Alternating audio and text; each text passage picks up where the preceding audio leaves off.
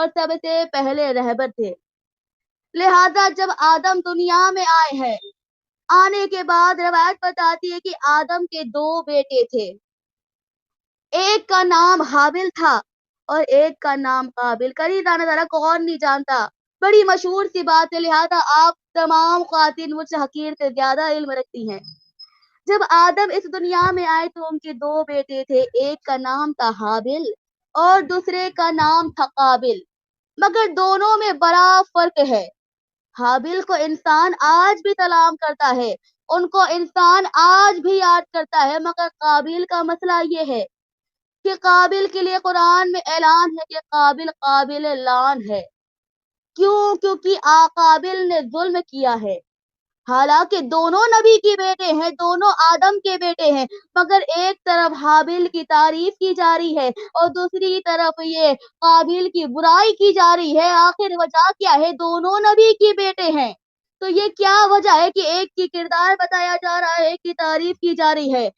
کنی ذرا وجہ صرف یہ ہے کیونکہ جو حابل تھے وہ پسندیدہ خدا تھے، اس لیے پسندیدہ نبی تھے۔ دیکھیے نبی کی اپنی پسند کچھ نہیں ہوتی، نبی کی پسند اس خدا کی پسند بے ہوتی ہے، شک بے شک، سبحان اللہ۔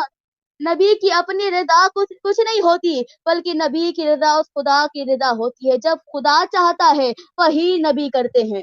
لہذا قابل جو تھے یہ دیکھ دیکھ کر جلتے تھے، کیونکہ جو فضیلت حابل کے پاس تھی وہ ان کے پاس نہیں تھی، لہذا حابل جو تھے وہ پسندیدہ خدا تھے، اس لیے پسندیدہ نبی تھے۔ قابل کا مسئلہ یہ تھا، یوں تو بڑے مسائل تاریخ میں بیان کی گئی ہیں، مگر میں سارے مسائل کو سمٹ کر آپ کے سامنے پیش کر رہی ہوں۔ کنی دانا دارا قابل کا مسئلہ یہ تھا کہ یہ دیکھ دیکھ کر جلتا تھا، کیونکہ جو فضیلت حابل کے پاس تھی وہ اس کے پاس نہیں تھی۔ یہ دیکھ دیکھ کے جلتا تھا کہ آخرکار میرے پاس وہ فضیلت کیوں نہیں جو ان کے پاس ہے۔ لہذا اس نے کوشش تو نہیں کری کہ وہ بھی ان کی طرح بنے، بلکہ یہ جلتا رہا اور دل ہی دل میں کہتا رہا کہ اگر مجھے اپنی حیثیت، اپنی عزت اپنے باپ آدم کی نظر میں بڑھانی ہے تو میں ایسا کون سا کام کروں کہ جس کی وجہ سے میری حیثیت بڑھے۔